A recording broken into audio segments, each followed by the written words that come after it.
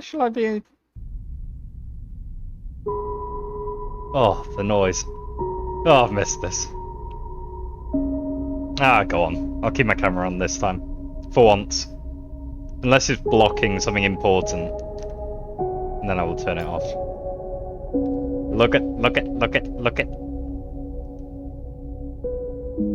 Flux is the first of 3 episodic updates. Ooh! Oh, there's gonna be more! Ah! Telling of the story of the refugee flotilla, which has arrived at the Eye. Head to the Greenway to... Okay, we're going to the Greenway. 69 cycles.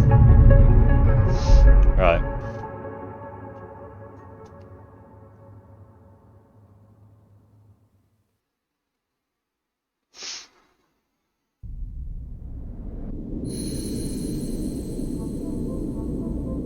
Righty. Ooh, I have an upgrade skill.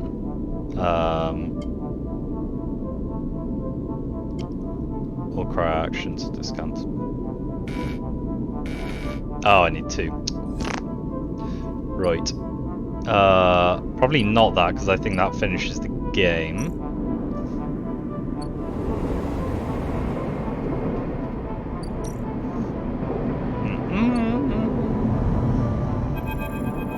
Ooh. Okay. As you step out into the pasture... It's been a while since I've done this. Oh, come on, Joe. You can read. You can do it, I promise.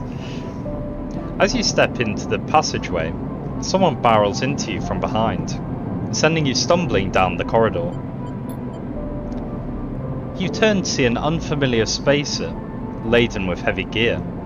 She steadies herself, staring you down as if daring you to respond.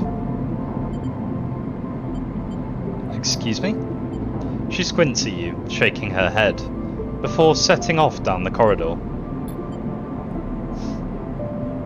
Wait, do we know this person? I feel like I kind of recognize them. I'm sorry for her. The second spacer smiles at you apologetically. She's on a mission, and when she's on a mission, they shrug. Not a problem. They smile. You're sweet. Peek. Esh. Escher? Esh? I'm gonna go for Escher. Peek. Escher stands further down the corridor, glowering at her friend. She chops at the air, pointing down the corridor to whatever end she is rushing to. Bonjour, B. Peek raises their eyebrows at you. Escher, please. Do you want everyone on the station to hate us? Escher hardens. They want to hate us. They can hate us.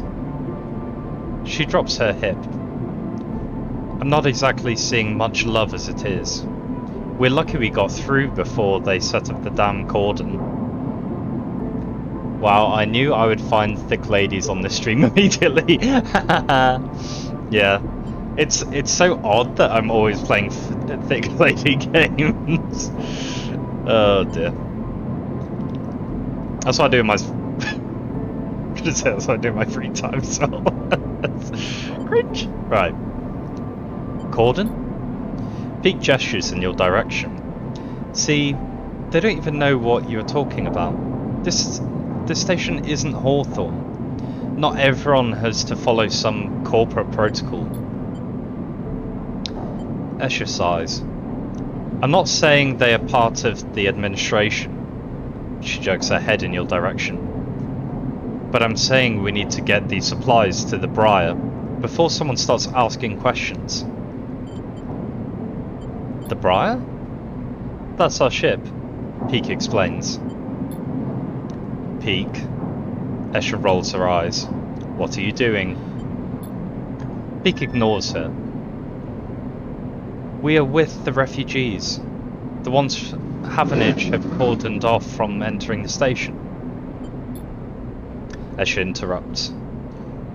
The ones that have been quarantined in makeshift vessels that barely made it to the Eye to begin with.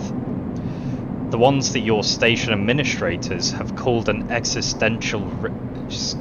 Existential? Oh yeah, existential risk. I was like, huh? And are running out of supplies while their right to safety is being debated by people with no stake in their future. She quickly looks away, annoyed at her own outburst. When did you start? Can you give me a rundown of WAC 1? We literally just ran into these people. This is all that's been going on. You were like a minute late. Peak size. She's right. People are trapped out there, and they turn to Escher. We understand that this is a big problem for the Eye. Hundreds of refugees and more ships turning up each cycle. They hold up a hand to stop Escher interrupting, but Escher turns away. Her burning anger a palpable force in the close quarters of the corridor. They need supplies. And after everything they've been through, the quarantine isn't helping. Peak finishes. That's terrible. Escher looks back at you, her fierceness fading. Peak, please. Escher gathers herself and the supplies. Escher, we need help. Just like the refugees needed help. We need others too. They smile at her. Peak turns to you. Come find us. The climbing briar is docked at the broken spoke, past the greenway, in the wastes. We have a good view of the cordon, though we are keeping our distance for now. Come help us. They squeeze your hand. Escher turns to leave and Peak follows, waving goodbye. A moment later, Escher shouts back down the corridor. Don't bother coming empty-handed. You want to help? Show us. Bring supplies or don't come at all. And with that they disappear around the corner.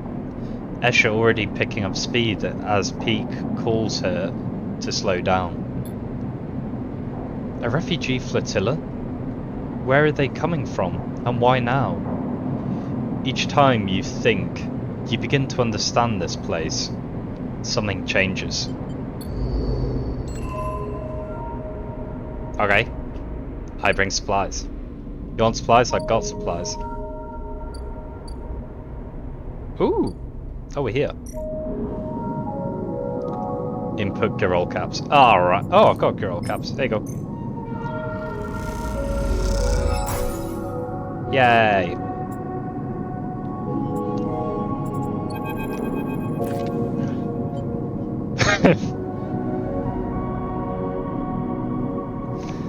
You came! I'm so mature.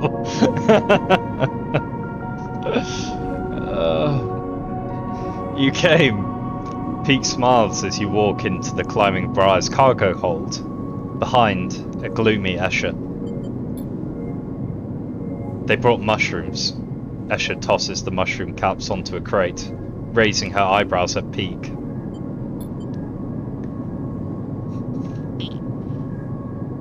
Peak gives her a look. Thank you, Sleeper. They pick one up and sniff it. Are these edible? Yes. Peak turns the cap over in their fingers, before putting it down. We're not so used to fresh produce. Escher is securing crates as she speaks, and doesn't look up. Hawthorne doesn't have much in the way of farming. They are an acquired taste. I'm sure the refugees will acquire it. Escher wipes off her hands on a rag. Most of them are from Ember's moons, so they're used to eating green and growing things. Not like us XPR rednecks. I was going to say rednecks. XPR? This an interrogation? She glares. Either way, we are done with that place, which is all you need to know. Escher leans back against the crate she was securing. We're going to need more than a few mushrooms if we want to help those refugees, though. What do you need? Food, water, components, a whole lot of things. Escher stands and walks over to the mushrooms that you brought, placing them in a small container with care.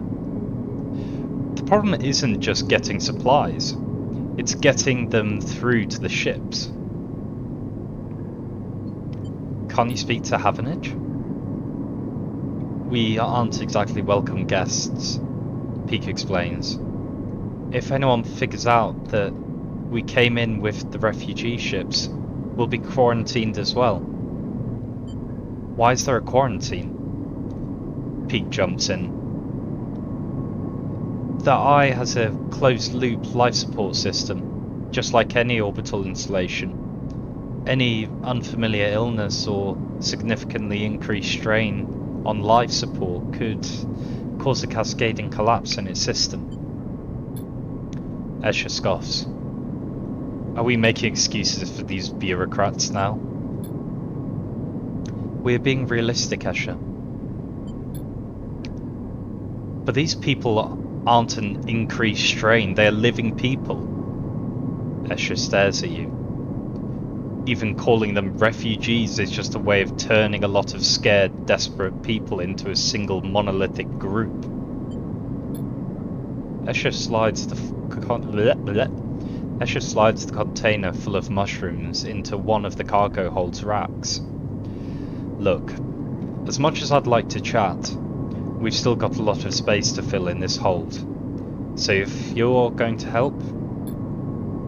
I think Escher is trying to say we need your help, and quickly, Peak says, glancing at her.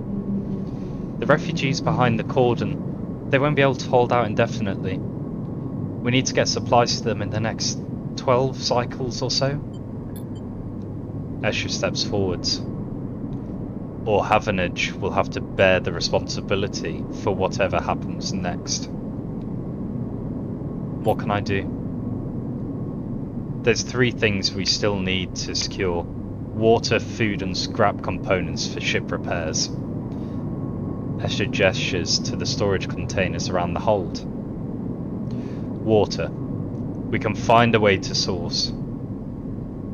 Or, my preference, just siphon off from the underground reservoirs in the Greenway. Peak raises their eyebrows. Escher. She ignores them. For food, things can be tricky. Those mushrooms are delicious, I'm sure, but no way we can get enough volume to feed a flotilla. However, I saw an algae stack on the way over. If we can get access... No more stealing, Escher. Peak sighs. I didn't say steal. She stares at them, indignantly. If we can get access, we can work the stack, harvest some algae for the flotilla. Those stacks churn out vast quantities in a short timescales. And the repair components? Peak asks tentatively. Escher smiles. Just look around you, Peak. This whole place is made of scrap. She shoots you a glance. And I'm sure the Sleeper has their sources. They can bring them right here. We get everything before time runs out. Perfect. We get most of it? Also good. Either way, in 12 cycles I'm going to take what we have and go. But how will you get through? Escher shoulders a container. I thought I'd leave that up to you, Peak. They flinch. Are you serious? Escher, I know we said we would help the flotilla, but at what point... They stop. Take a breath. Take this seriously, Escher. I don't know the first thing about breaching a quarantine cordon. Maybe not. Escher looks at you. But they might. They slipped out from Essenarp facility, didn't they? Plus they've been here longer than us. You're always trying to get me to find you help. Oh wait. You're always trying to get me to find help. Well, Here it is. She gestures at you. Help. Pete glances between the two of you. I swear to... I need to think this one through. Meet me at the cordon in a couple of cycles, Sleeper. Maybe we can figure something out. Meanwhile, Escher meets your eye. You can help me acquire the supplies, discreetly. She smiles. We have to keep this quiet. Keep Havanage out of the loop. Once they get suspicious, this is all over for us. This all suddenly seems a little too real, too dangerous. You've only just found your feet on the eye. This is not a time for causing trouble. Come find us. We'll be out there trying to pull this all together. Escher goes to the back of the hold to start packing another container. Peak, come help me. Peak glances at her. Sleeper, look. We didn't choose this either. They lower their voice. Help us finish this. We've set up a base camp on the Broken Spoke. You're welcome to rest there in any of the cots while we work on this. They smile. We're in this together. Peak, Escher shouts, and they walk back into the hold to help with the container. As you leave the climbing briar, you look at the broken edge of the eye's ring, where Havanage's cordon blinks with tiny red lights. What are you getting yourself into?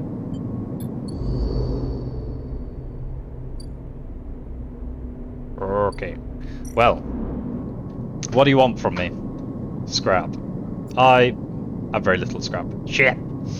Bom, bom, bom, bom. How do I get back? There we go. Can I buy scrap? I can't really remember. What the? Ooh! Algae! Ooh! Water! Ooh!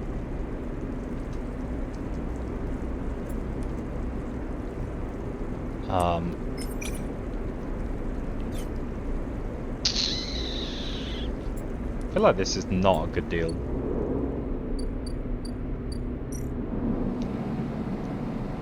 What's this? Ah, see that. That's good. Do that one.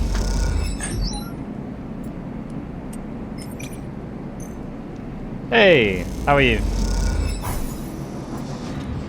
I'm getting algae access.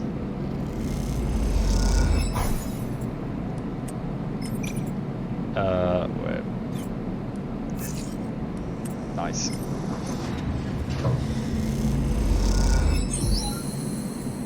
Nice.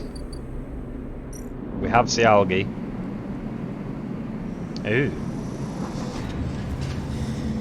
Okay.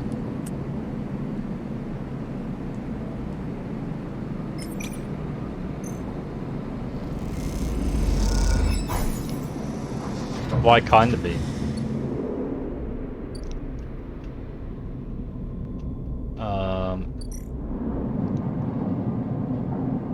I've got, wait, what? I've got active scenes.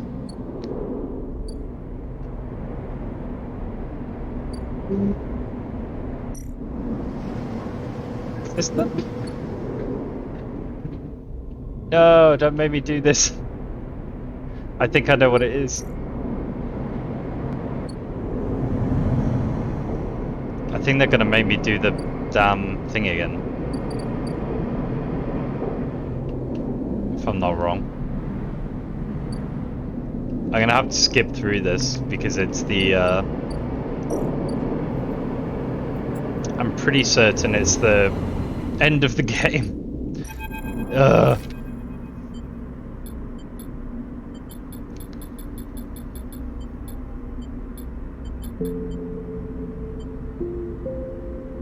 What did I do?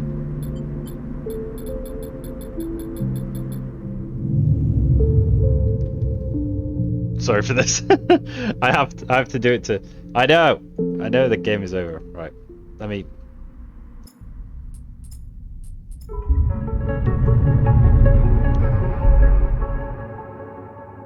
I'm hoping this is gonna let me do.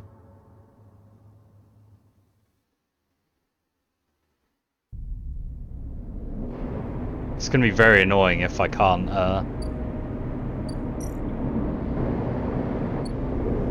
Is it gonna make me do that every time? That's gonna be so annoying if it does. Oh my god, it literally is. How am I gonna do this?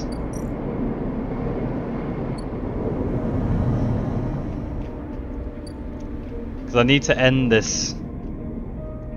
I need to end this cycle and it won't let me. Do I have to not go with them maybe? Hold on. Let me figure this out.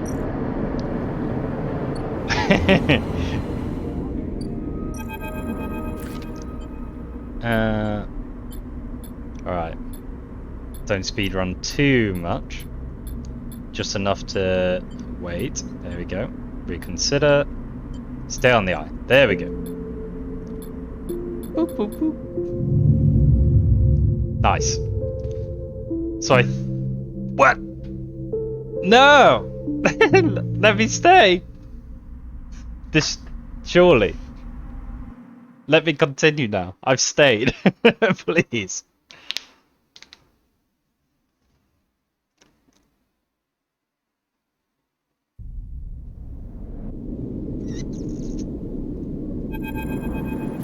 What? Fuck off. Right. Finally. Okay.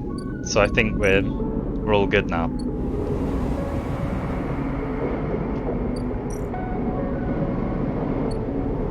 I don't know what that's done though. See, to me, Piff sounds like it.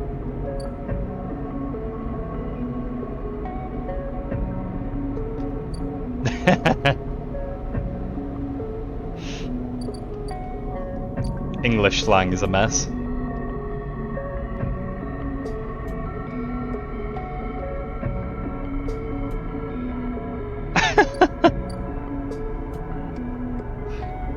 UK slang makes no sense. Yeah. Do I need to repair myself?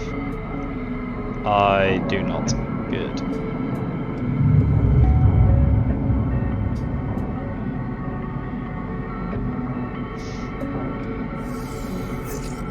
Oh, whoa! Look at that.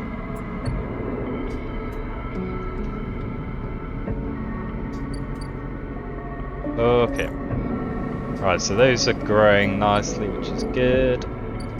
Water. Next. What was the other thing? Oh, I needed scrap from somewhere, didn't I? Let's go see if I can go buy some scrap.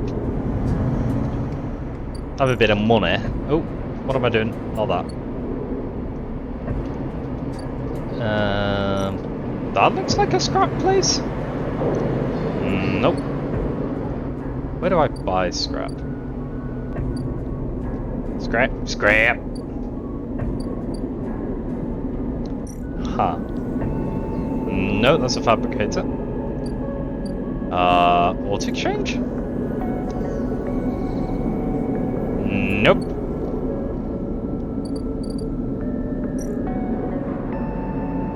Nope.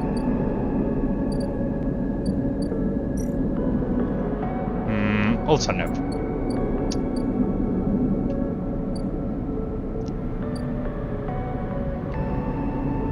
Okay. Well, I think I need to wait for those ships to come back then. So in the meantime, let's do this watery business. Siphon water. What the?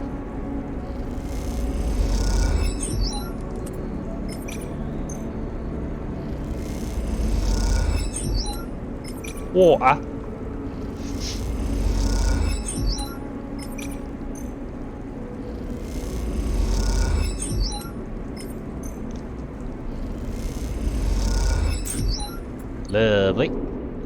So I got a random scrapite. I think I'll stream here in like 2 hours. Ooh, nice. I'll be done by then. So, what are you streaming?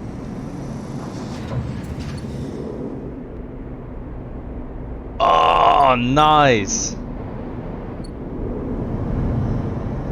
I've got it not downloaded. I've got it bought on my Steam. How many how far are you into it?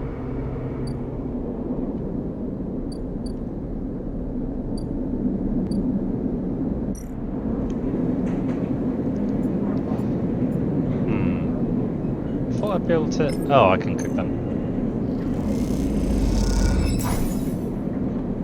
Yeah, I'm gonna stream it at some point soon.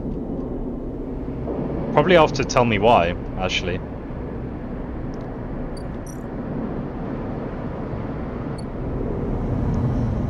Tell me why.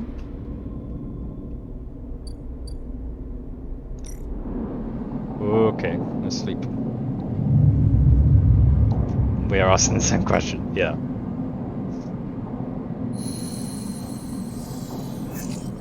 Ah, that's rubbish. There we go. Bit bad. Right, water. Water.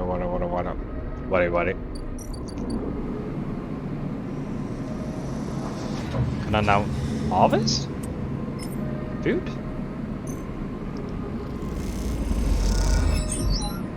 Noise.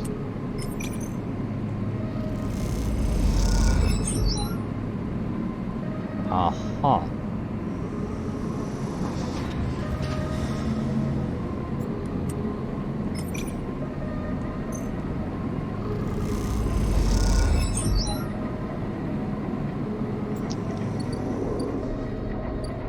Okay, so we nearly got enough food. Just need to keep going with the water stuff.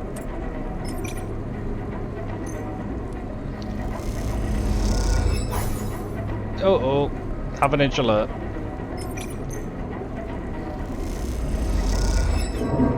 Oh dear.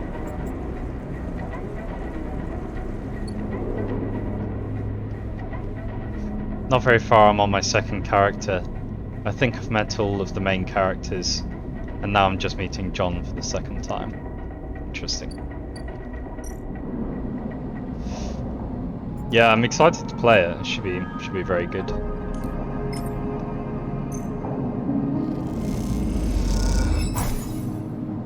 Noise. That's active scenes for it. Is this the... Ah, this is the active scene. Okay. Sleeper.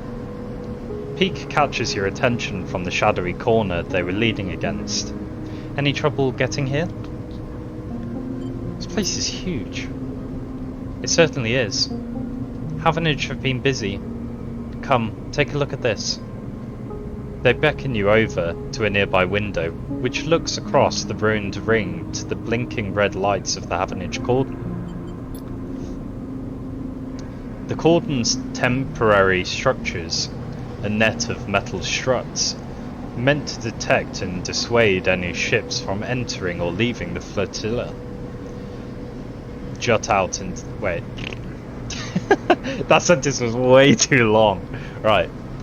The cordon's temporary structures, a net of metal struts, meant to detect and dissuade any ships from entering or leaving the flotilla, jut out into the black. And all around, the tugs flit, securing them in place and tending to the red blinking drones that demark the quarantine. It's an impressive, worrying sight. What do you think? Peak interrupts your thoughts. How would you get through? Use one of the tugs. As an escort, you mean? I doubt we could fit all the supplies on one of those tugs. But if it seemed like the Briar was being officially escorted through the cordon... Peak squints at the red lights. But then we'd be stuck inside. Peak turns away from the window and rubs their forehead. Escher's really wrapped us up in something here. hasn't she? The question is spoken under their breath. They don't seem to expect an answer. The silence grows.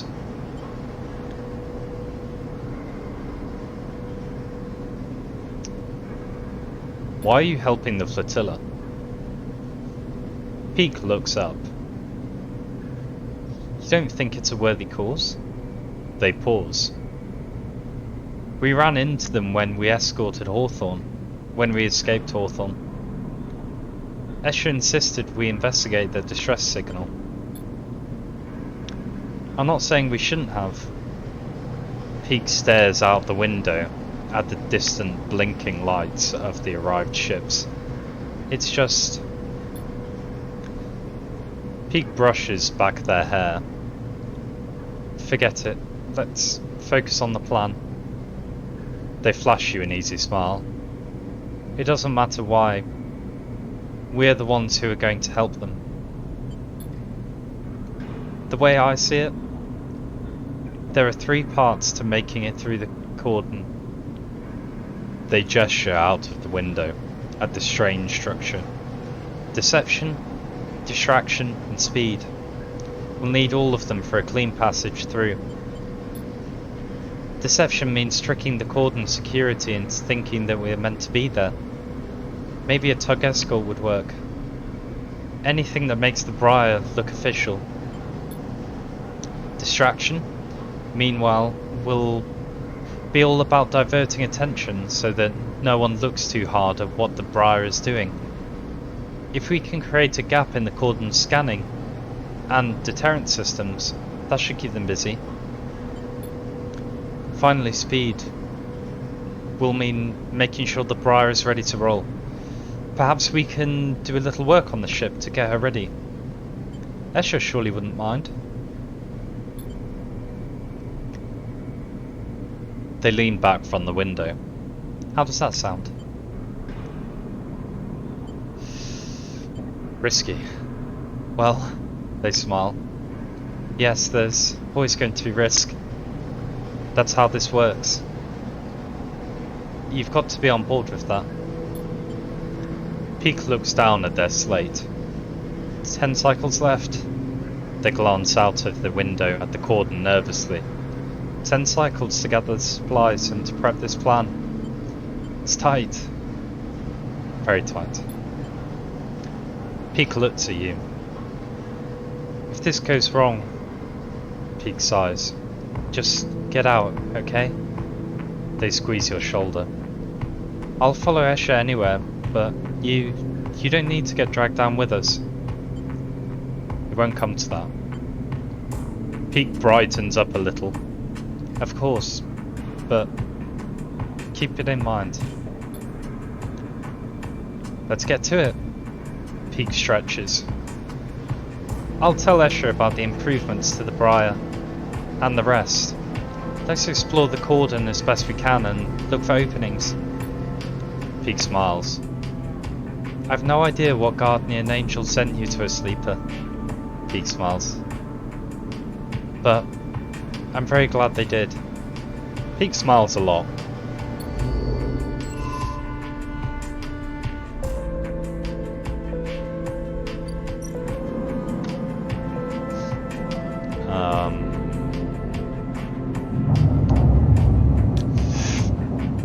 Yeah, Road 96 and Lake are 2 that I'm like very keen to play soon. What? I'm starving.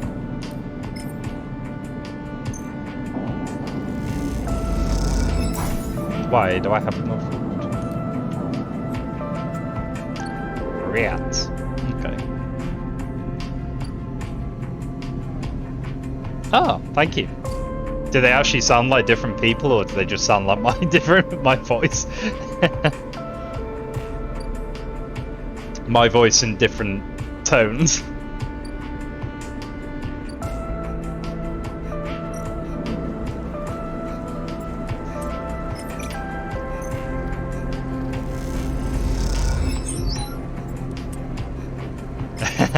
Yeah, I thought so.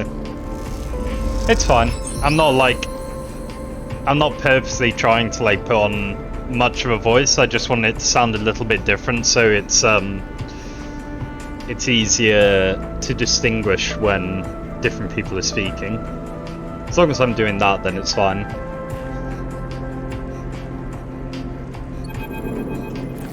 Ooh! Tucked into a service corridor deep below the reservoir, Escher is double-checking the seals on the water tanks loaded onto the motorized trolley. You're not Nancy Cartwright, okay. Though you are far enough away from any thoroughfares not to worry about being overheard, you both still speak in hushed tones. All good? Escher nods silently and hits the ignition on the trolley to start it moving.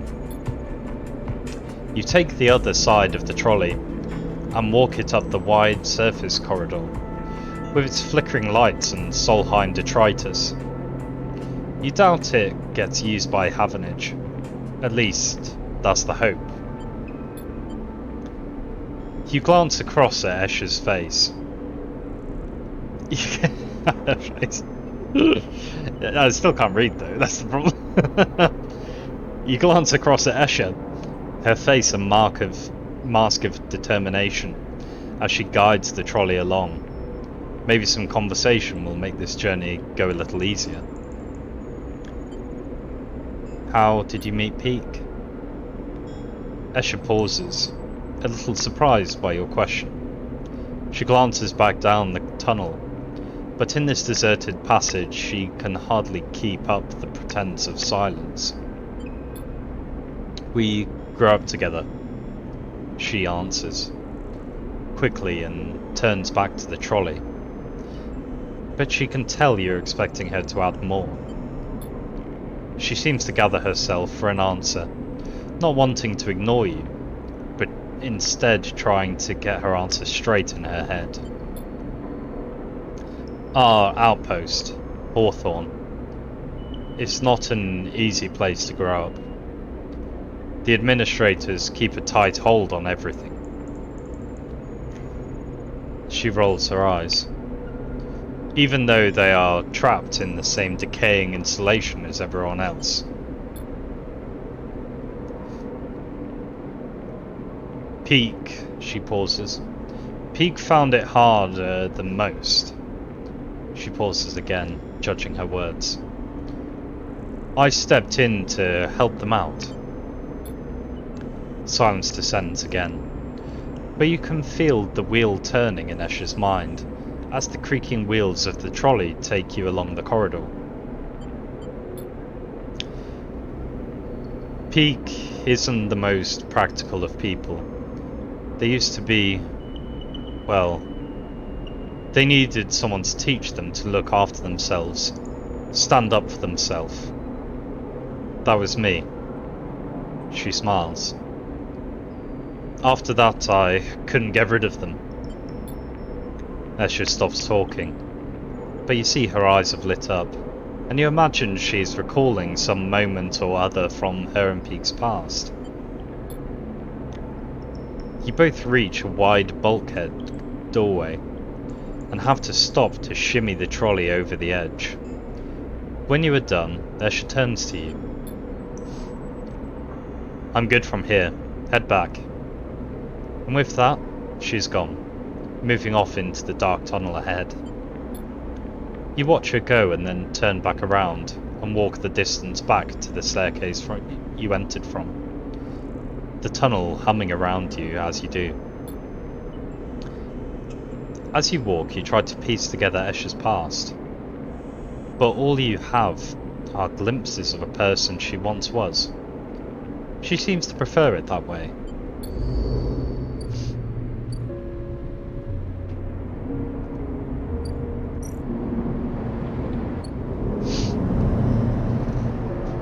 Better make some food before I forget.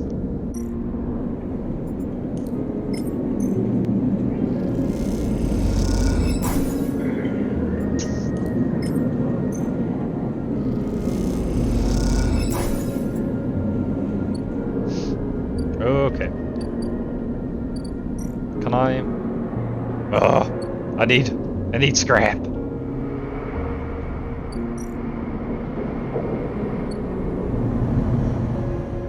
Eat my ass slash... Oh.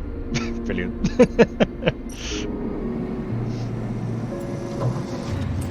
Oh. I should be able to do the food one now as well. Oh, smashing it.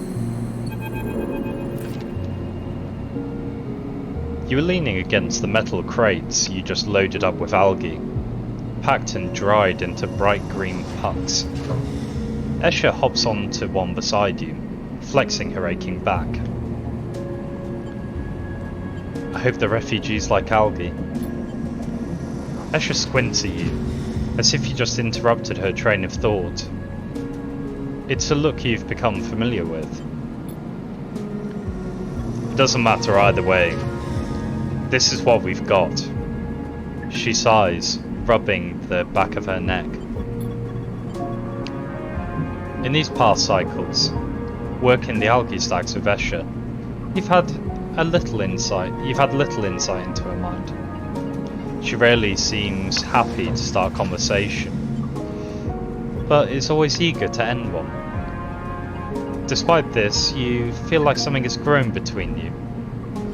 Something like silent trust, the kind that tends to seed itself in a fertile soil of hard but necessary work. There's something I've been meaning to ask. Escher raises her head cautiously. Go on. Why escape XPR?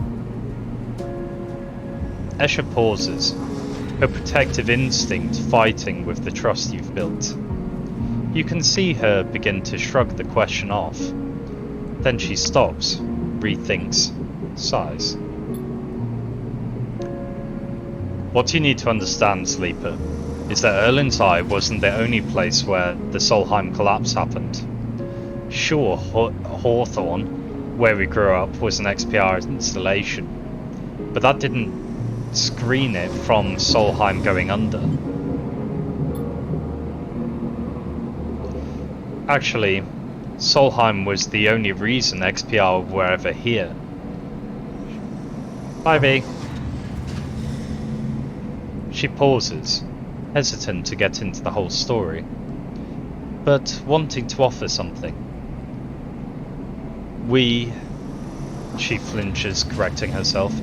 They are Service Corp, you understand? They set up outposts and surrogate systems like this to offer refueling, logistics and maintenance services to bigger companies with extraction contracts. She gestures to the eye around her, like Solheim. When Solheim went bust, XPR lost their client, and Hawthorne, well, we lost everything. We became an outpost tasked with just holding on. Keep the refueling platforms running, they said. Keep the outpost stable. Hold on to our claim. She rubs her head, as if recalling all this was somehow physically painful. Do you know what it is like to spend your entire life in a place with no future? A place that exists only to hold a legal claim to a piece of territory? To shore up breach of contract negotiations between two corporations? It is like living in a... She searches for the word, her eyes jumping back and forth. In a grave. She clenches her hands. So if you're looking for an answer to why questions, that's your answer. We, Peak and I, know what it's like to be forgotten, to be locked out. She stares hard at the side of the stack, the algae walling against the glass in beautiful patterns, and she doesn't look away. The silence extends, and you realise the conversation is over. Escher seems angry, not at you, both herself, for even voicing such ideas.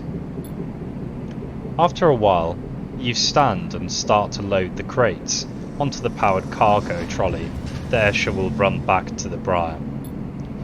As you do, you try to catch her eye, but she avoids it, soothing herself instead with the comforting simplicity of physical work. Right.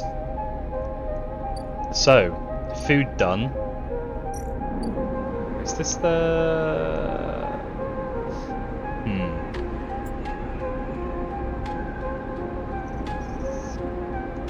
I do need some gear oil caps.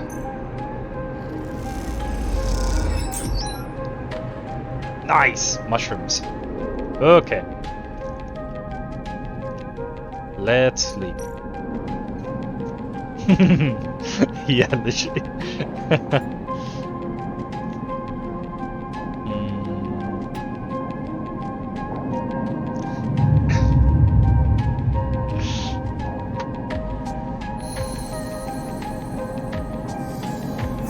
No! Ah! Okay. It's fine, we're just buying scrap, that's all we need.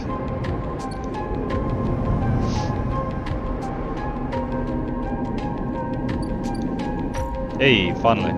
Okay. Buy some scrap. Yes, please.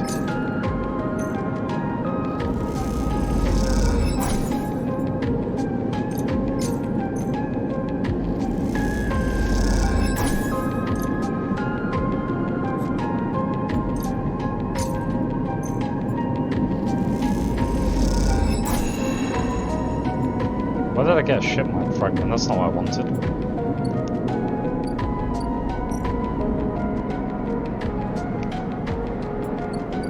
Okay, so we got all the scrap we can get. What if I can I sell a shipment fragment? I'm not gonna do that because I reckon I'll bloody need it as soon as I sell it.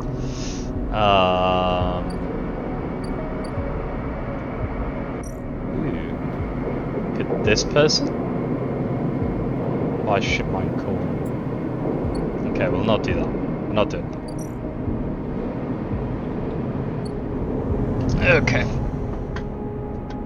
So we got scrap.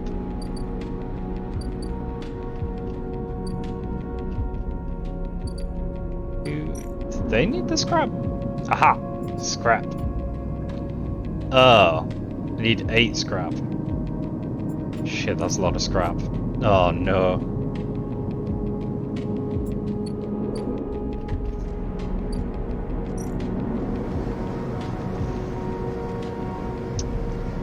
Okay, I do not have that much scrap.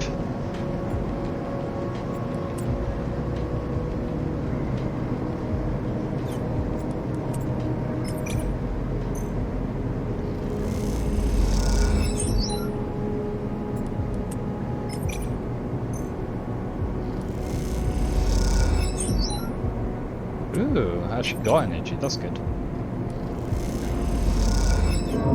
And I lost it immediately. Great. Nice. Okay. Eat time. Let's see that as well.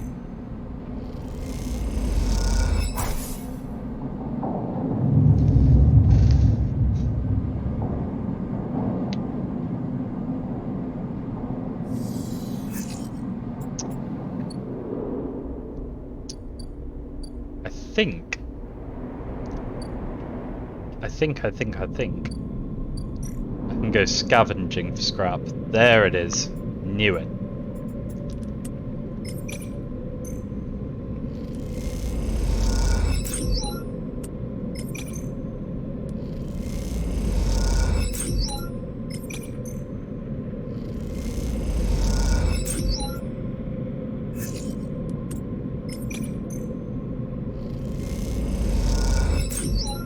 Getting close. I don't know what the bad thing is for this.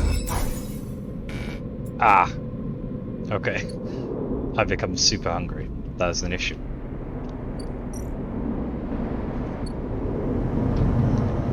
It is okay, we will cook food.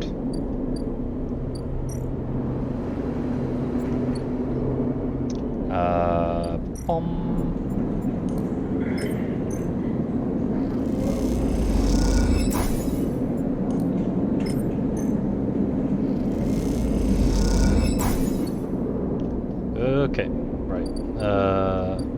sleep here, right?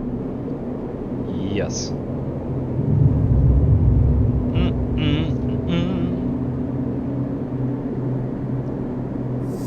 Oh, I miss this game so much. It's so good. It's like the perfect mix of strategy game and, well, also blind luck, which is fun. Like gambling. And it's got a really cool story.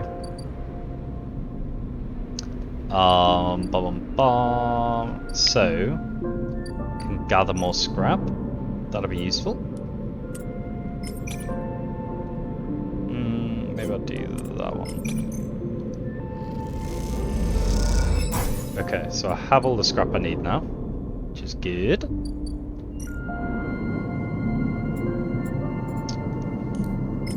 There you go.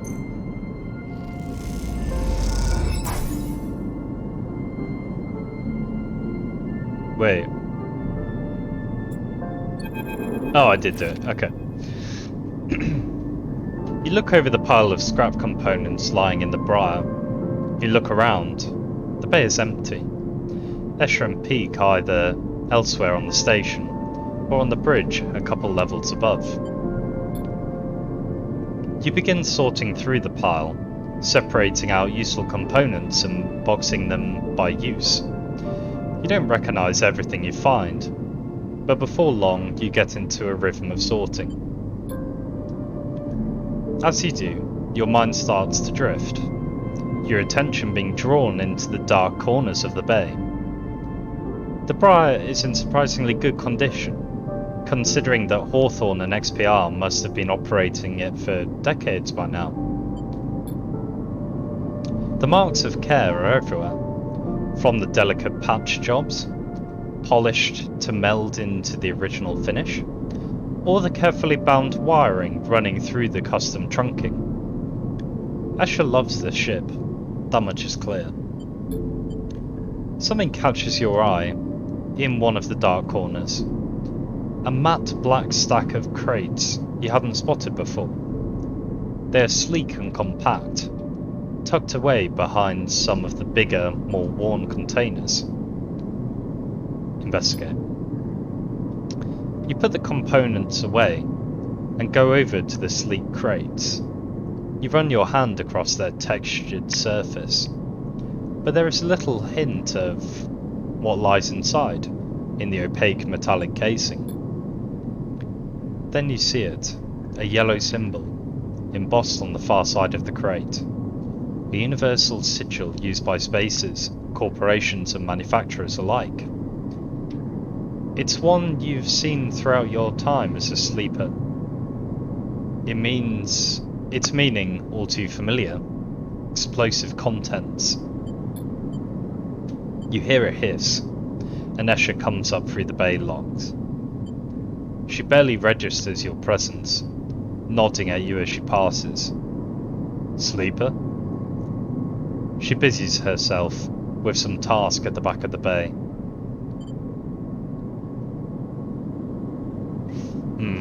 The explosives, not good. Finish the job. With Escher in the bay as well, the atmosphere shifts, and you suddenly feel watched. You quickly finish up the sorting and slip out, waving goodbye to her as you do.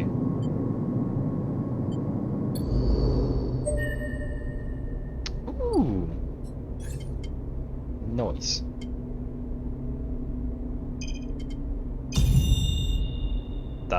That'll do. Okay. So I've done that. Peak's plan. All the supplies in the world are nothing without a plan. That's Peak's part. Oh, okay. So I haven't helped Peak at all. Brilliant, brilliant, brilliant, brilliant.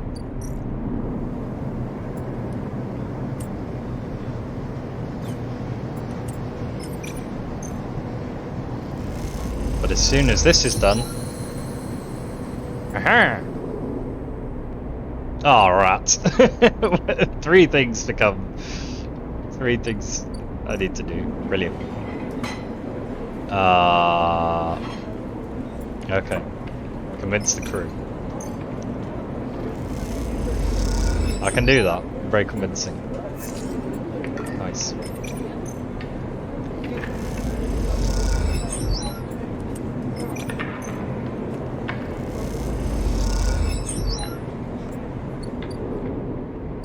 Okay, we're getting there, slowly. I think we got bags of time. Oh no, I'm gonna starve. Oh no. Did not notice my lack of food. No! No, and I lost the thing. Fuck! Okay. Well, I need to go buy some food. I believe you, if that helps. It does.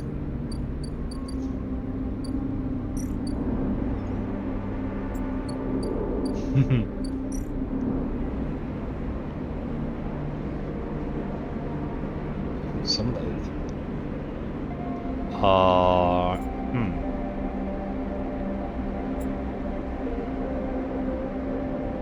Oh, that's where I sleep.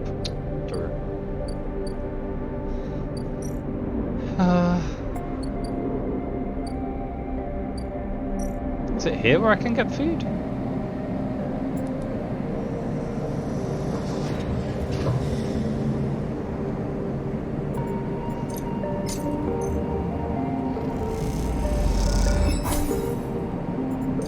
Well, that'll do.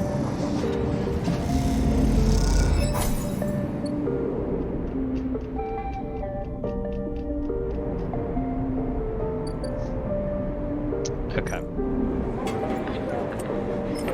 Let's get this old crew convinced.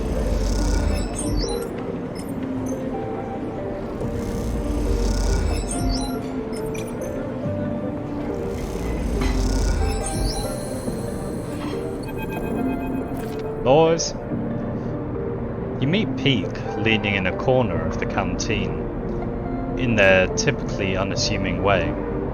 It occurs to you as you approach that Peak must have had some practice at staying invisible. All good? They look up from their slate. That crew you were talking to. They nod to the group leaving the canteen. Will they join us? They'll do it. Nicely done. Peak beckons for you to follow as they peel off the wall and head out into the walkway overlooking the cordon. Glad you were here to talk them into it. I never had much of a way with people. Peak smiles and looks away quickly as you walk. Why's that? Well, Peak pauses. Maybe it'd be more accurate to say, people never had much of a way with me. They squint, irritated by their own odd turn of phrase. What I mean is, people have caused me a lot of trouble. I've had people hate me without knowing a thing about me. They tuck their hair behind an ear. I'm sure you know the feeling. I do. He glances at you. Sorry to hear that. It marks you. Am I right? It does. Peak nods. You both walk in silence for a moment. Not an awkward silence, but one of solidarity. Peak leads you around a corner, heading back to the main cordon accessway. I appreciate you coming in and helping us out on this, sleeper. On talking to the crew and, well, you know. Maybe after this insane plan is done, we can talk properly. They keep looking ahead and you realise they're nervous. I'd like that. Peak smiles, looking down at their feet. That settled then? They say to the floor. I better report the news to Escher. We have ourselves a tug escort. Peak stops at the intersection. See you soon, sleeper, and please take care. And with that they drift away, their head down, their gait changing as they do. Their practiced invisibility shrouding them like a cape. The writing in this game is phenomenal.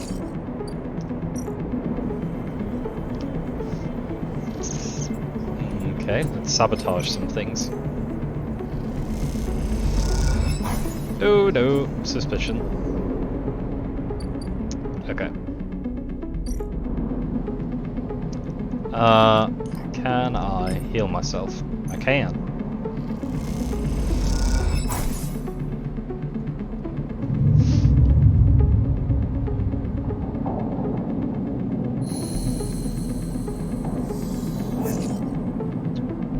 Okay.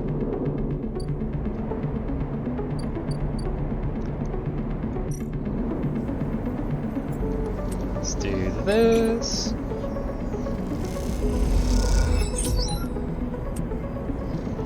Do I want to risk the roll? I'm risking the roll. Nice!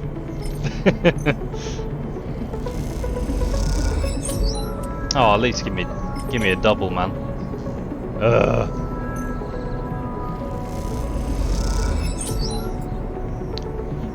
Okay. The 2, that's not helpful.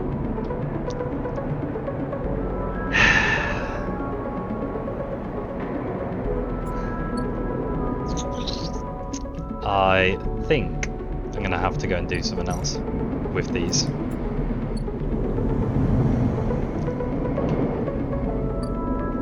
I buy some scrap. Buy ship mine, haggle over prices.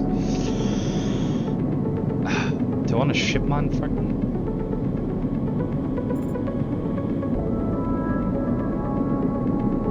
I probably need one at some point, maybe. I don't know. Might as well get one.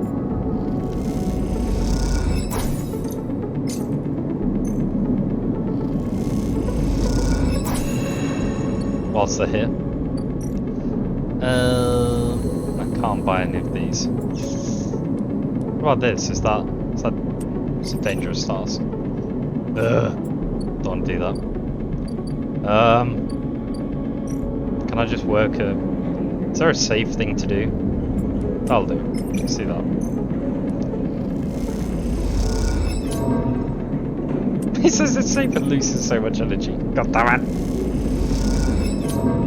No! Fine. Buy some food.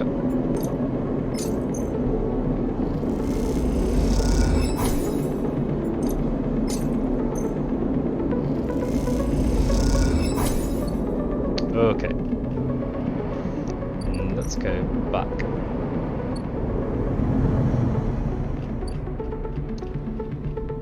Have ourselves a sleep.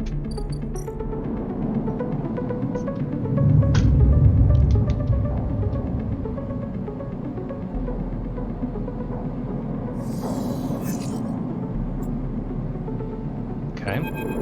Oh, hello. A rapid burst of movement catches your attention. A drone, its fins adjusting as it hovers in place, floats in the corridor. Hello? The drone shifts a little, but does not respond. The drone buzzes closer, and a voice gurgles out of its speaker, distorted and strange. Sleeper, come to the cordon. We need to speak. Why not? Who is this? The drone clicks and whirs, and the recording starts playing again. Sleeper, please come to the cordon. We need to speak. Inspect the drone. You move closer and the drone bobs away to a safe distance. But as it does, you see the HA of Havanage emblazoned on its side. Could this be Feng's drone? Satisfied it has delivered its message, the drone rotates and accelerates away as rapidly as it arrived. You stare at it as it disappears from sight, hoping for some insight that escapes you. To the cordon then? I haven't actually. I know that's one that B is like desperate for me to play, to watch. Which I will do at some point, but it's also quite funny knowing how annoyed she gets that I refuse because I'm refusing to watch it. So when I grow up, maybe I'll watch it.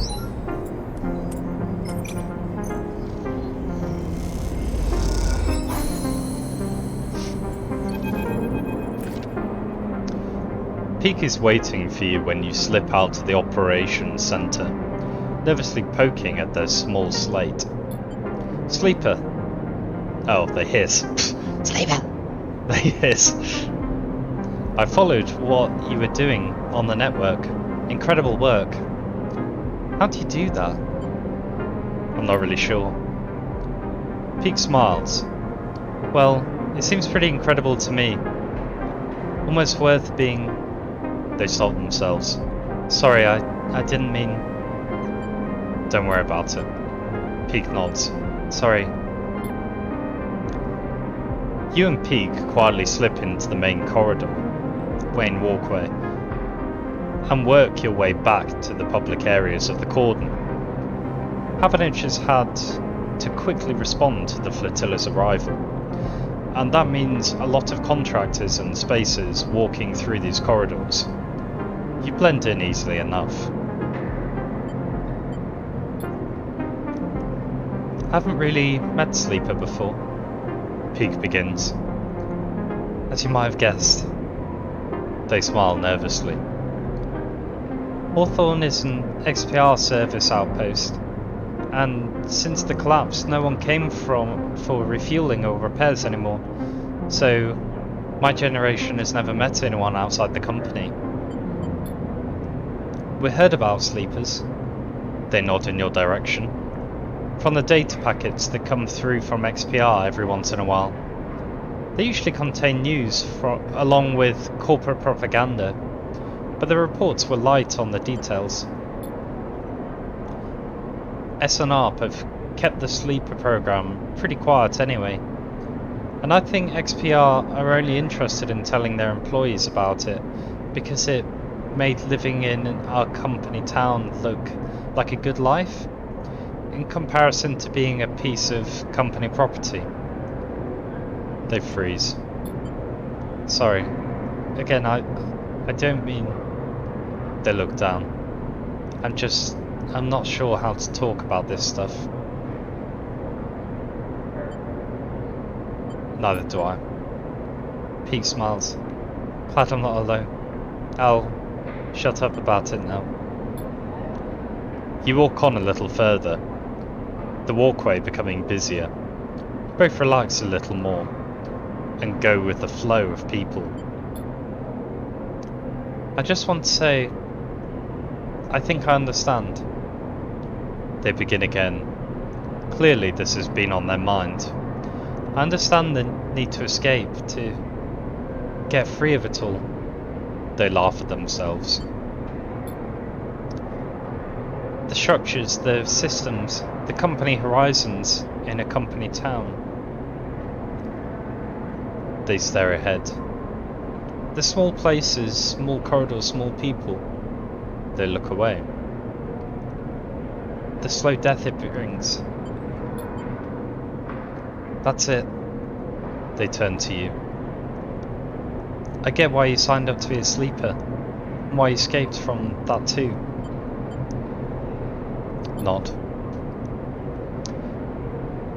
You try to form words, but you can't. There's altogether too much running through your head. But you look at Peak, and they look at you, and that seems okay for now. You walk in silence again, each of you in their own thoughts, but moving together through space nonetheless. After a while you come to the entrance to the cordon, where handfuls of workers and crews filter in and out through two huge loading bay doors. Peak stops. Okay. They pause. I'm heading back to the Briar. Once again, incredible work on the sensors. That blind spot you created, that should give us a real advantage. See you soon. They head off, disappearing into the crowd almost immediately, outrunning their own nervousness. Yeah, I've heard it's like Always Sunny. Like the first few seasons are really like, oh my god, this is inappropriate. Like funny, but just like next level inappropriate. What have I got to do? I've done this. That's the last one, I think. Not liking how much suspicion there is there. Oh! Rats. Okay. Whatever.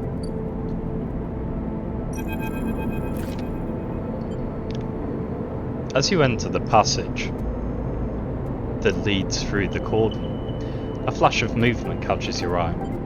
The drone.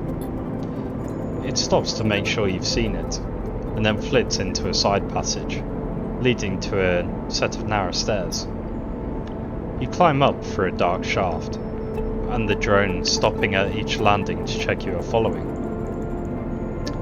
Despite its lack of expression, there's something overbearing about the way that the drone waits impatiently, realigning its fins in the sequence. After a long climb, you come out onto an observation platform. The cordon and the vast, ramshackle refugee ships beyond fill your vision. The scale seems impossible, and immediately you feel small and naive for even thinking you could affect this situation. Something shifts nearby. The drone again? Ah. Whomst is this? I've only watched the first couple of seasons so far. I hope it doesn't change. It's next level inappropriate. The intention is to make you feel uncomfortable about how dumb and yet successful this group is in their efforts. Interesting. Yeah, I've heard it's one of those where it's really inappropriate, but you laugh at them because you know what they're saying is just so awful. Okay, right.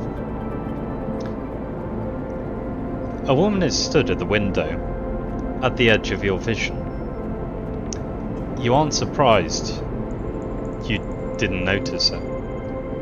She too seems impossibly small in the shadows of the flotilla. The drone buzzes by her shoulder as she turns.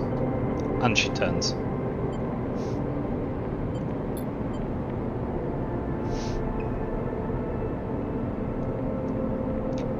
Sleeper. Sorry for all the cloak and dagger nonsense.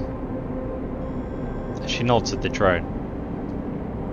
But I've never regretted being cautious. She smiles a tight smile and holds out a hand. I'm Helen. Shake her hand. The tight smile holds, but the drone keeps a single eye fixed on you. The effect is a little unnerving. Look. She glances around the empty observation deck, as if checking for potential eavesdroppers. Let's be straight with each other. I know about your plans, and... She cuts in before you can respond. I understand your motives. You look at her in her overalls, the yellow markers of the HA sigil.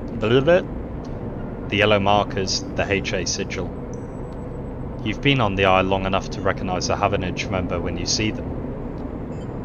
You're Havenage. Yes, I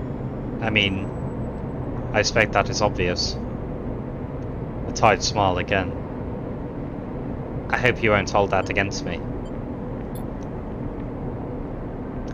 She glances around nervously again and moves a little closer. This entire situation... I'm not here to defend it. She glances back at the flotilla. No one is happy about this. Then release the flotilla. She sighs. How do you think this works? She pauses. Sleeper, tell me something. What does Havenage mean to you? A fresh start. Surprising, Sleeper. She smiles. but not unwelcome. Havanage is used to being criticised. In some ways, we invite it. Our members are free to bring up their grievances at any meetings, to propose new structures and approaches. She shifts her weight impatiently. As a councillor, it is my duty to listen to them. That is why I have selected my members. We're an imperfect system, yes, and each councillor, each member, each representative can be flawed, and worse. She looks down. But we keep this place running. That is what we do. And the flotilla? She turns and looks at the clump of fractured ships. The flotilla is a problem. It's the length of my penis, son.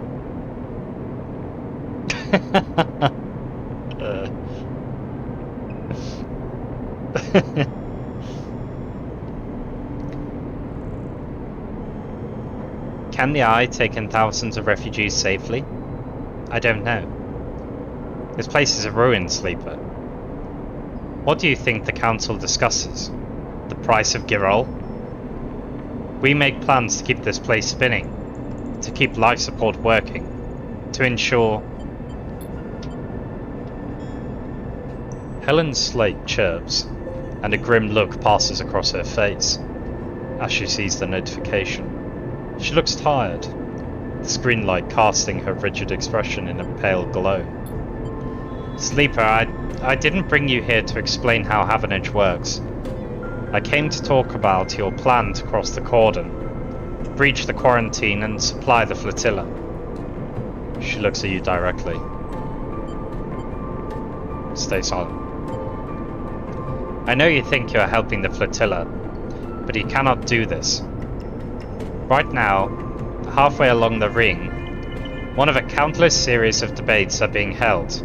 These debates are to evaluate the potential harm that could be caused if the refugees of the flotilla are left to enter the station. These debates are at a standstill. Helen walks to the window. Too many in Havanage Council think of the flotilla as a threat.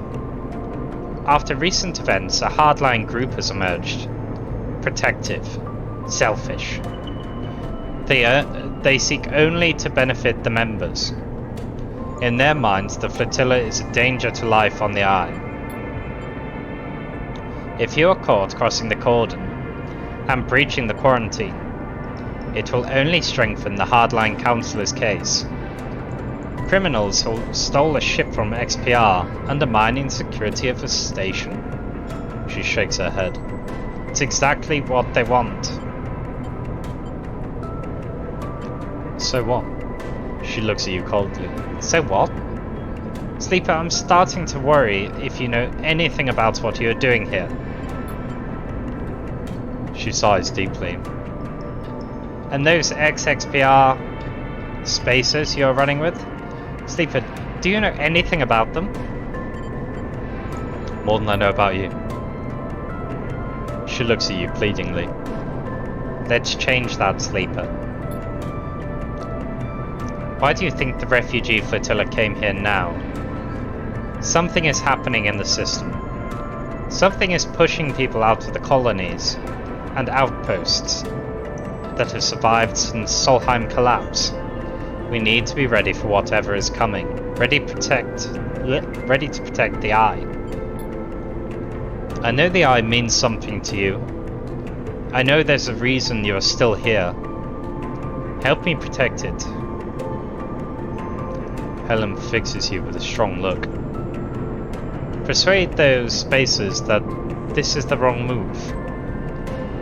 That they will get caught and the flotilla will be locked down. That Havanage will be delivered into those with the worst instincts. Forget this suicidal supply run with the people you barely know. Help me fight for the Eye. I won't betray them. Helen looks away. But you will betray your home? Don't offer up the excuse the hardliners need to lock the flotilla out altogether. To persuade the members they are the safest pair of hands. She looks at you imploring. Please. You look back at her and the flotilla behind, and sense a desperation in her plea. Notification breaks the silence. Shit. She rapidly scrolls through the pages of data. Sleeper, I need to go. She looks torn. Think about this, please. Talk to the spacers. Help them see reason. And she quickly leaves the observation deck before you have time to respond. You stay for a moment watching the lights of the tugs and the flotilla, and wonder what it feels like to be one of those ships, so close to your destination and yet so far from it. And then you think of the Havanage Council chamber across the eye, where the right of these people to find safety is being debated. You shiver, and then you too are gone, back into the stairway and the cold dark below.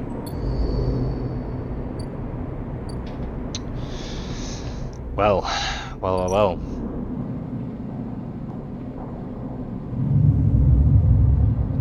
What a bloody miss.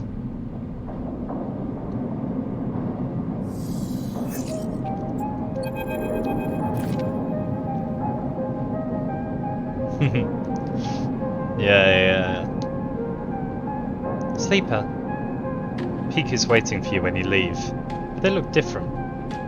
Pale, drawn out. You need to come to the Briar now. They don't meet your eye. What's happened? Not here. Peak hisses. Come to the ship. We'll be waiting. Peak walks away. Don't take long. And with that they disappear around the corner, leaving you anxious and confused.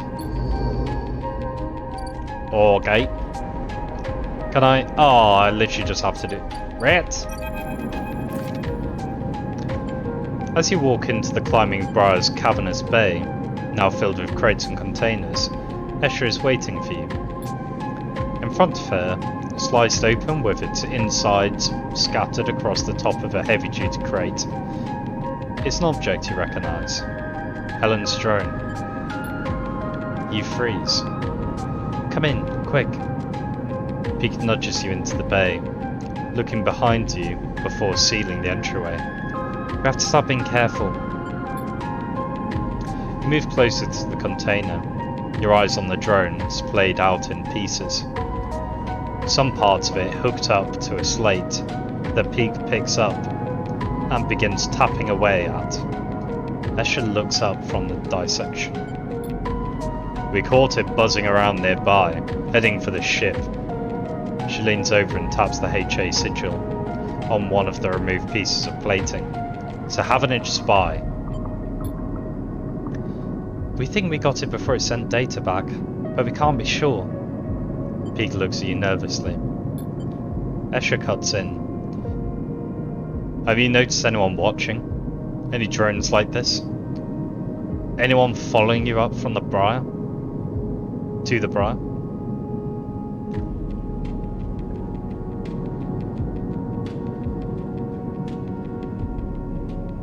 Oh! Havanage. Havanage.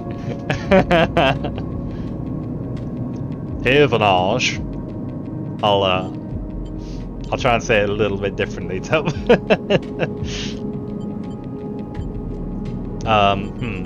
on. Before I make this decision, I need water. I've been reading too much. Also, I don't know if you noticed it. How about the cute bear on the back of my shirt? Yeah. He's got a beard.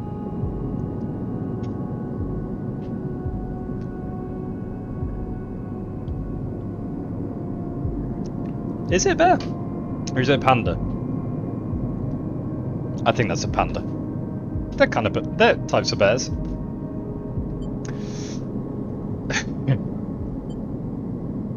I don't think so. He looks quite young.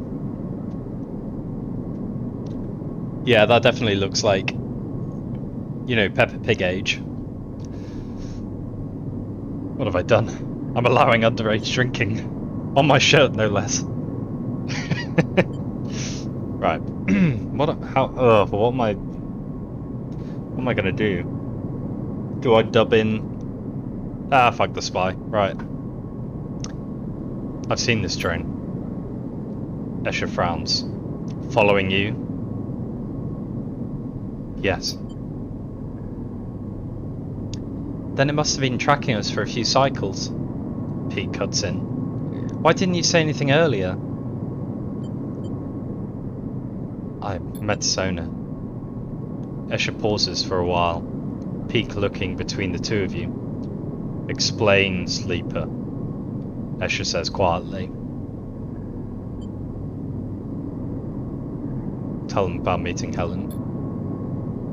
You explained that you met with Helen at the cordon, and you tell Escher and Peak about what she told you, that the Havanage Council are debating lifting the quarantine, but they are blocked by the hardliners. You speak faster and faster, but before you can finish, Escher walks away in anger, and then comes back again, her eyes burning. What is this, Sleeper? Have you understood nothing from what we've told you? She paces in front of you.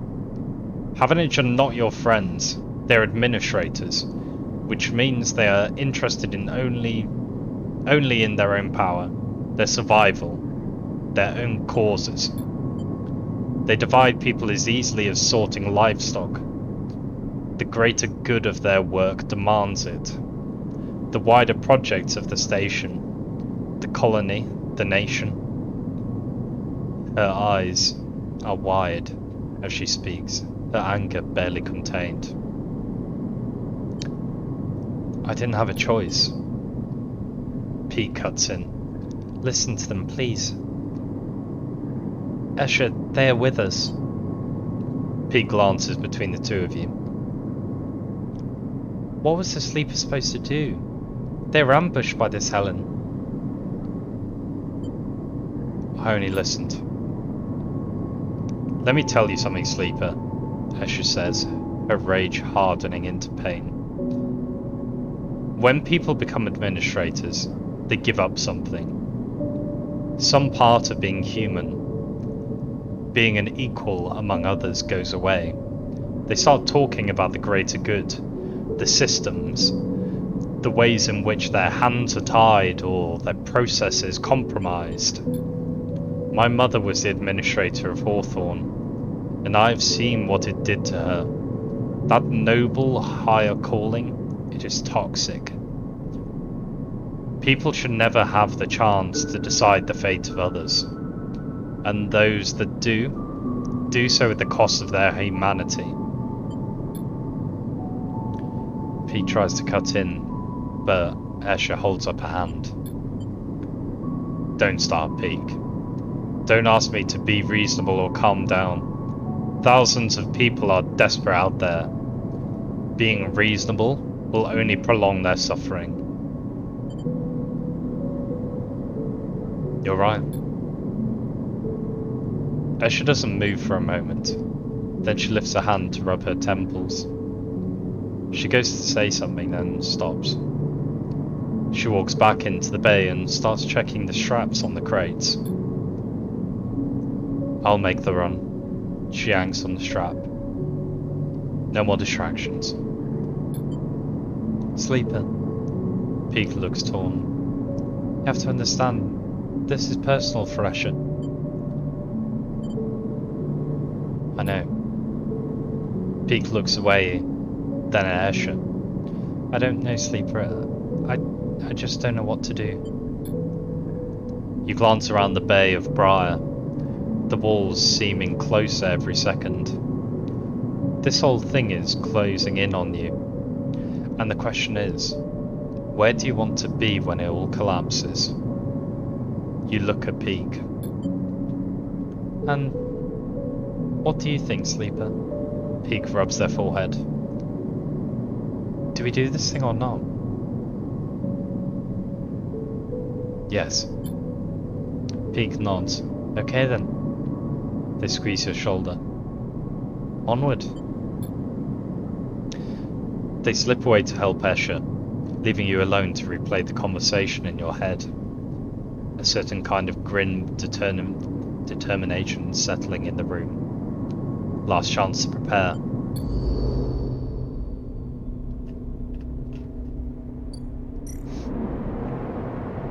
Okay, nearly there. I can do it in the time. I hope.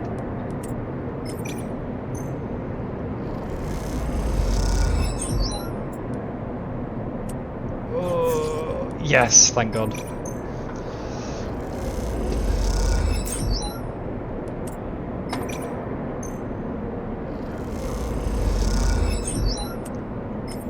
Is this gonna do it? Come on! Come on!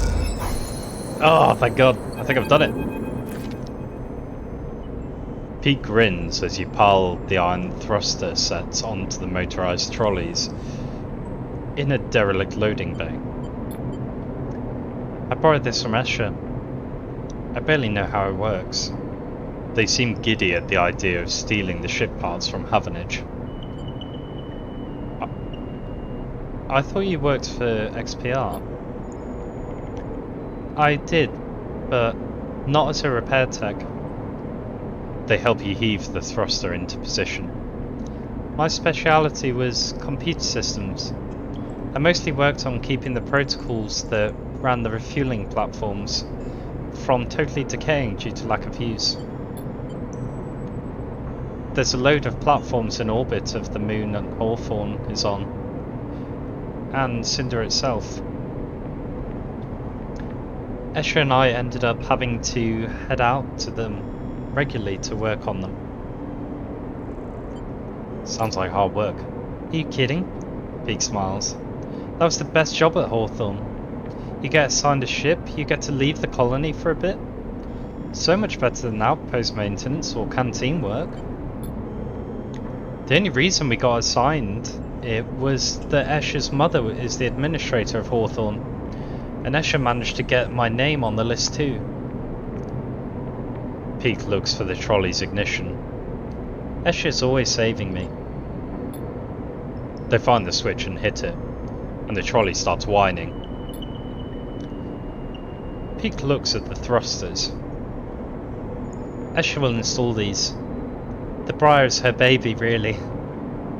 Peak looks towards the bay exit. Truth be told, I was surprised she could bring herself to take it from her mother. Losing a ship? That has to have hurt the colony. What's her mother like? Tough. You'd have to be to keep control of a surface outpost with no services to provide. Peak looks away. It's a tough place overall, Hawthorne. And Escher's mum, she likes it that way. Peak shuffles the trolley out of the bay, into the corridor. They'll manage without the Briar. No choice. Peak smiles. And I have to admit, I'd love to have seen her face when she saw we had gone. Peak pauses. Don't tell Escher that. They walk on quietly, lost in her memories of Hawthorne. Okay, I think I can manage the rest. Peak brushes their hair out of their face. You've done more than enough this cycle. Peak looks over the thrusters. Once these are fitted, the Briar will handle better than ever. You might even get a thank you from Escher. Peak laughs. They head off into the corridor, the trolley whining its high-pitched whine. See you soon. Okay, well. Aren't we done?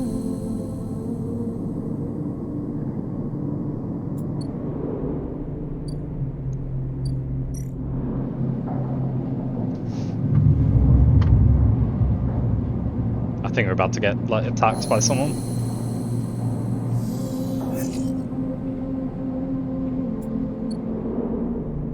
Maybe not. We're not done everything. Hello?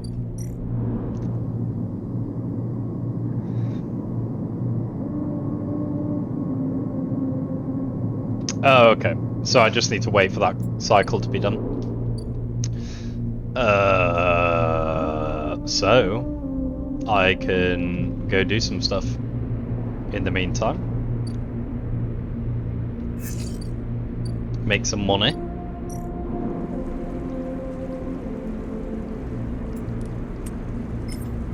Let's do some shrooming.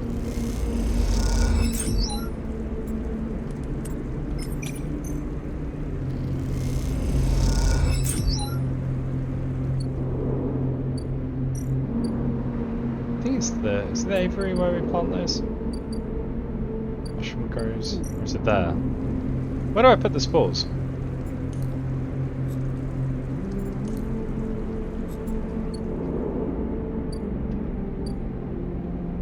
It's in there. I thought it was in here.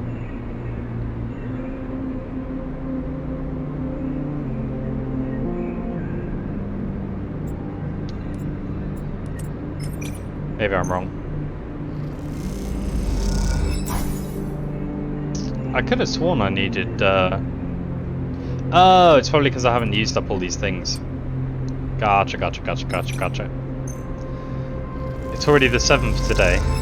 If we can just all agree to drag out this month as long as possible, that'd be great. Yeah. It's mental. August went stupidly quick. And yeah, my birthday's mid-September, so it's like felt like it's come around so quickly. Right, I need to get some food.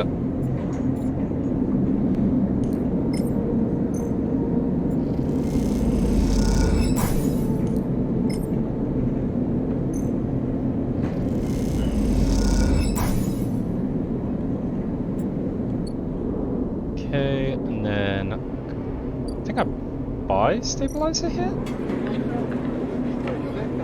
Nope. Where do I buy stabilizer?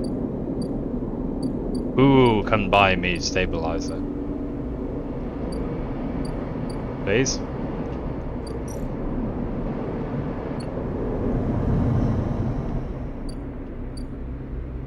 It needs to be stable. Okay. Well, is there something I can... Well, there's something I can do, like sunbathe, to help myself not be all dying and stuff. Self-repair. Oh, there we go, I can self-repair myself.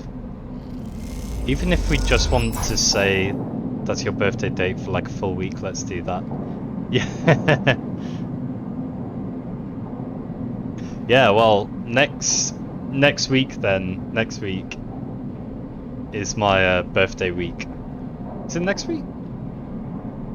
Yeah. And I think I'm actually about on the Tuesday, so that can be my birthday stream.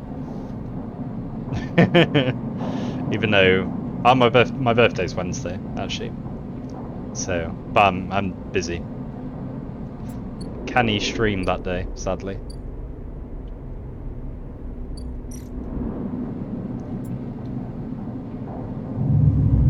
I'm actually going to a jazz bar that night, so should be nice. Seeing a seeing a tribute to John Coltrane, so that should be nice. I'm gonna have myself a nice whiskey, which I can swirl and look all fancy. And I'll be like, yes, jazz. That's my plan. She's gone, sleeper. Pika's breathless and shaking. She started the run without us. Shit. Let's go. If we head up to the cordon now... Peak starts back up the corridor. They turn back. She has to make it, Sleeper. She has to. A shiver runs down your spine. Escher, I hope you know what you're doing.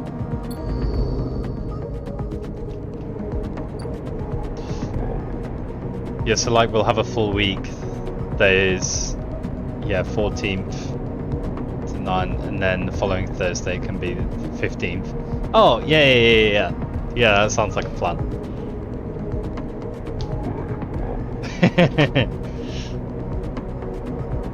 yeah, so, okay. So next week is September 14th, that whole week.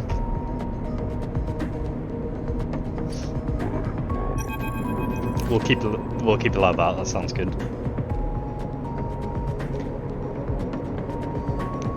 You arrive, frantic and anxious, at the cordon. Peak is nowhere to be seen. Then you hear footsteps, hammering on the metal stairway. Helen's drone led you through before. The one that leads up to the observation deck. You leap up the stairs, 2 at a time, and make it to the top, momentarily blinded by the light pouring into the observation deck. Sleeper. Peak emerges from the light. I know she's trying to protect me, but... It's okay. She chose. I was literally just thinking then, like, would I want it? You know, like, I don't know where my brain went with this. I was like, oh, if it's September in December, so it's like snowing or whatever, like, and then I was like, oh, imagine it being like snowy in September. And then I was doing all of this whilst I was reading, by the way. And then I thought, what climate would I like to live in? You know, because like UK is very temperate climate. Summers are, well, they're getting hotter, but they're like tend to be okay-ish hot, and then winters like fairly moderate. We don't tend to get snow. I was like, well, what would be like the perfect climate for me? I think I'm kind of jealous of... I think the US in particular gets a lot more extreme, you know, so like winter's really cold, summer's like hot and dry. Like, I want a winter where there's just so much snow, so I can like, yeah, snow angel all the time. Okay, right, read. But what about my choice, Sleeper? I'm not a child anymore. I can fight for myself. They turn away. There she is! Peak rushes to the wide window, leaning forward to catch a glimpse of the climbing Briar's blue XPR livery against the black of the void. You spot the climbing Briar, a glint of blue and white, and beside it a red glare of a tug's lights. The tug crew went with her. Peak smiles. I knew they would keep their word. That'll help. Peak doesn't seem to hear you, but the idea of the crew backing Escher up makes you smile. Maybe this thing will work. You watch as the Briar and its tug escort arc down towards the edge of the cordon. Demarcated? I don't know that word. Demarcated by the red lights of the perimeter system. So far so good. The Briar will just look like another refugee ship being escorted into the cordon. At least, at a glance. Peak grips the rail as Escher reaches the edge of the cordon. That invisible net of sensors splayed between ships and drones. Now let's hope the blind spot is triggered. You think back to the mess of systems you had to wade through to set it up. The delicate contingencies you set up to trigger the sensor blackout at just the right moment. Without noise, without ceremony, the briar slides through the cordon. You await the flickering of alarm lights, the swarming of drones, but nothing. Just another cycle. Just another ship. Escher is in. Both you and Peak let out the breath you've been holding and laugh. How did she do it? Peak smiles, shaking their head. We did it. Peak smiles wider. Yes, we did. They laugh. You feel a little shaky from the tension, but Peak's ease helps you settle. You imagine Escher, steely-eyed in the ship seat of the Briar, searching for a place to dock. Maybe being stubborn has its advantages. What now? Now she finds a place to dock and unload as quietly as possible. They look out at the flotilla, and then she gets the hell out of there. You and Peak turn back to the window, looking for the Briar again amongst all the hulls, the calm fading as new worries settle in. You spot the Briar first this time, docking with the largest of the flotilla's ships. A vast converted tanker, half of its protective plates removed. You think about the effort it must have taken to get that thing all the way here from the inner system. You watch the Briar, unable to get any sense of progress from its placid exterior. They'll be uploading everything now, Peak says, both assuring you and themselves that everything is going to plan. You think of all the supplies loaded into the Briar, and how long the process of unloading them might take. The bay was packed, rammed with everything you could offer, and the thought of bringing all that to the flotilla makes you happy. You think of the reaction of the refugees, of the welcome they'll give Escher as she bears such gifts. You even imagine a smile from Escher as she is showered with thanks. You focus on that as you watch the Briar and continue the nervous wait for it to finish unloading. It's breaking off. Peak points at the Briar, and you see the puff of air and the dust that accompanies an emergency depressurization. Escher must have ended things early, but why? Then you see them. The tugs closing in on the Briar. Havenage must have spotted the ship. You and Peak are up against the window again, willing the Briar a safe path out of the flotilla. Suddenly, the Briar shifts in space. A blue blur between two hulls. Peak whistles. Look at that. They smile at you. Look like those upgrades we put together work. You watch as Escher cuts through the crowded flotilla, the tugs not daring to follow their dangerous path, and peeling away. It is hard to keep track of the Briar, and suddenly both of you and Peak are searching the black for a sign. Where's she gone?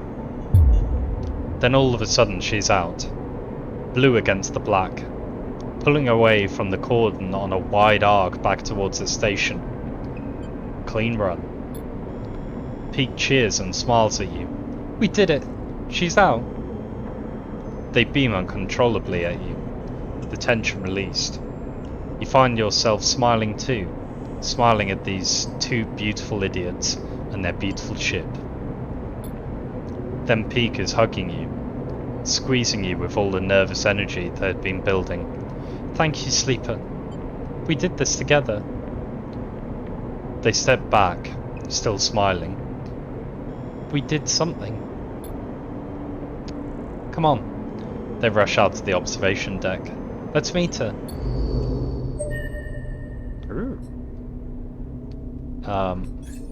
Upgrades? I do not have. Brr. Sadly, I do not have the points.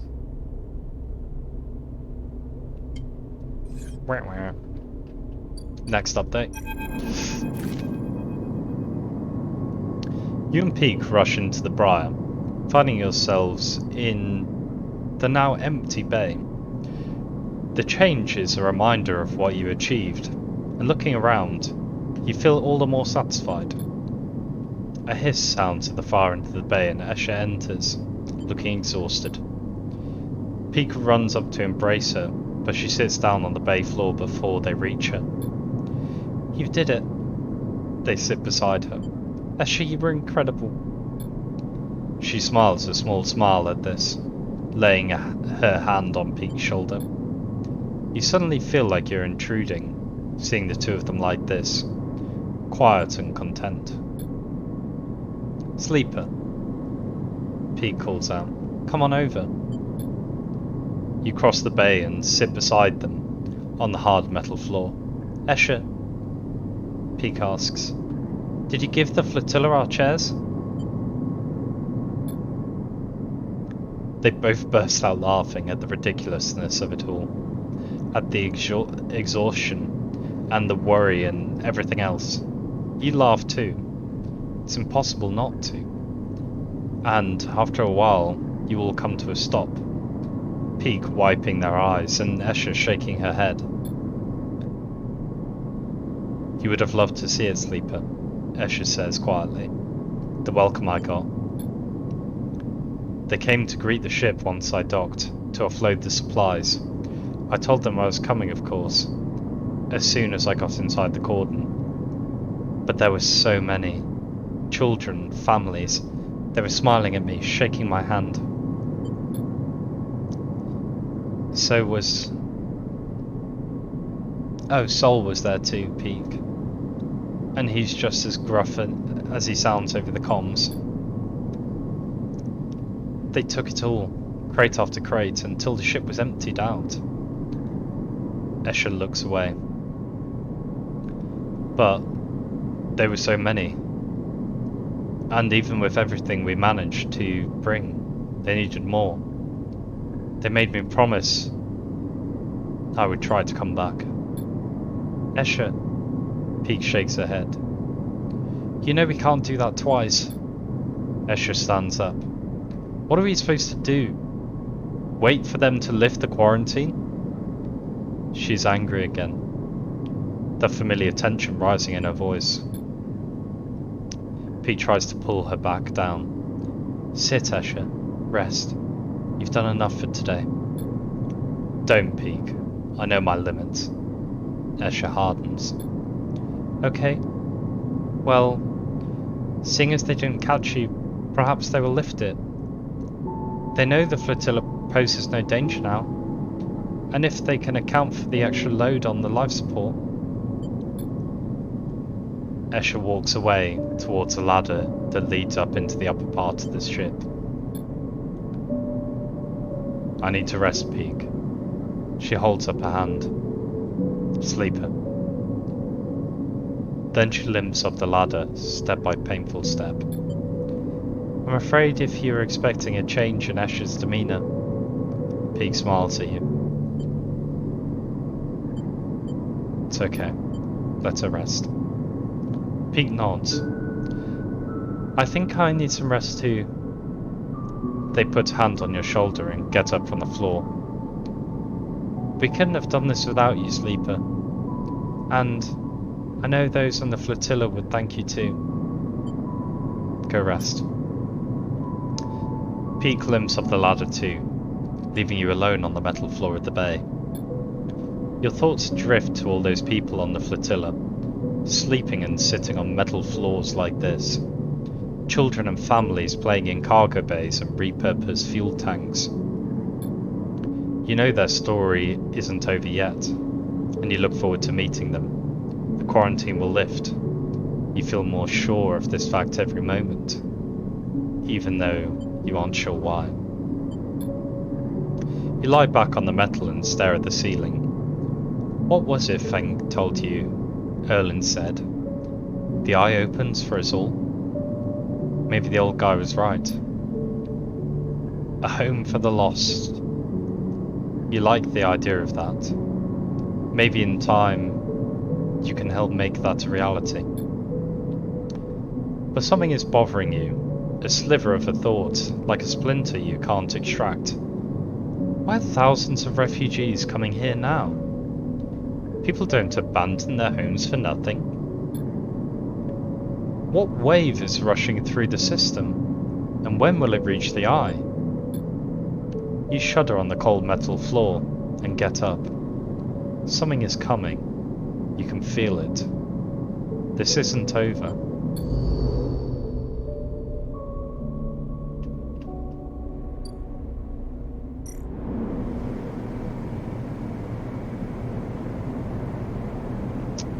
Ah. Nice.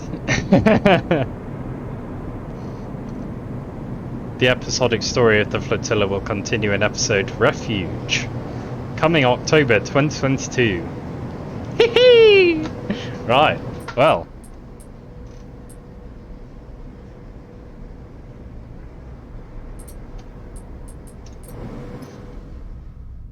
There we go.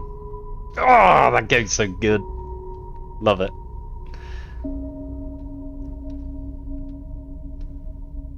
Well. Thank you for joining. I will see you. I'm gonna call it a night. I'm gonna hop over to to your stream to say hello, Yal, when you're ready to go. Yeah, I'm gonna chill for a little bit.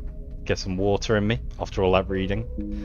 I feel like my voice, after any Citizen Sleep stream, my voice is always so gone because I've just been talking for like 2 hours non-stop. At least in like the other streams that I do, I don't have to talk the whole time, whereas this is just pure reading. Not that I don't love it. I think it's really good. But yes, it looks like October 2022 we'll be playing this again, which is cool. Very exciting. Very exciting. Okay. Well, good night, everyone, and see you in my birthday week next week. Bye bye.